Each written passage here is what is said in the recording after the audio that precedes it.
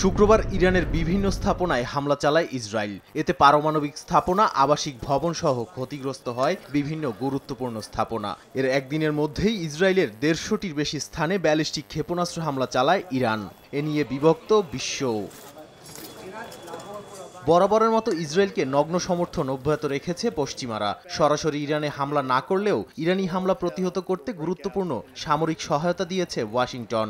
এমনটাই জানিয়েছে মার্কিন সংবাদ মাধ্যম ও প্রতিরক্ষা সূত্র। ইউরোপীয় কমিশনের প্রেসিডেন্ট উর্সুলা ভন ডার লায়েনও ইসরায়েলের আত্মরক্ষার অধিকারকে সমর্থন জানিয়ে বলেন, সবারই এখন সর্বোচ্চ সংযম দেখানো উচিত। ইসরায়েলি প্রেসিডেন্ট আইজ্যাক হারজগের সঙ্গে ফোনালাপে তিনি এই বার্তা দিয়েছেন।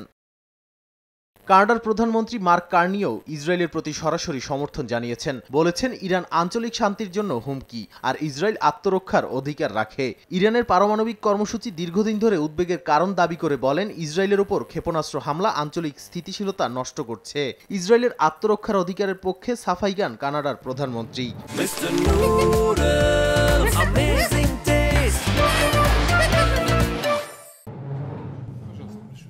অন্যদিকে ইরানে ইসরায়েলের হামলার তীব্র নিন্দা জানিয়েছেন রুশ প্রেসিডেন্ট ভ্লাদিমির পুতিন। টেলিফোন আলাপে ইসরায়েলের প্রধানমন্ত্রী বিনিয়ামিন নেতানিয়াহুকে অবিলম্বে সংঘাত বন্ধের আহ্বান জানান তিনি। সেই সঙ্গে যুদ্ধবন্ধে মধ্যস্থতার প্রস্তাবও দেন রুশ প্রেসিডেন্ট।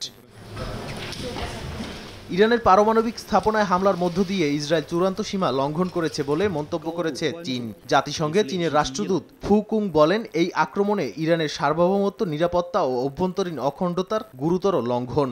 ইসরায়েলের এমন পদক্ষেপে মধ্যপ্রাচ্যে সংঘাত আরও গভীর হওয়ার ঝুঁকি তৈরি হয়েছে বলেও মন্তব্য করেন তিনি।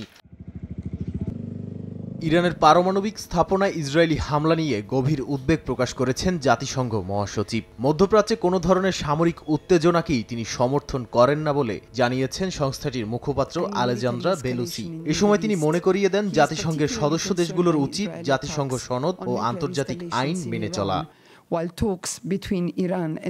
মহাসচিব উভয় পক্ষের প্রতি আহ্বান জানিয়ে বলেন, সবচেয়ে বড় বিষয় এখন হচ্ছে ধৈর্য ধরা, কারণ এই অঞ্চল আরো বড় সংঘাতের দিকে গেলে সেটার খেসারত দিতে হবে সবাইকে। এটা এমন এক পরিস্থিতি যেটা এই অঞ্চল আর সহ্য করতে পারবে না।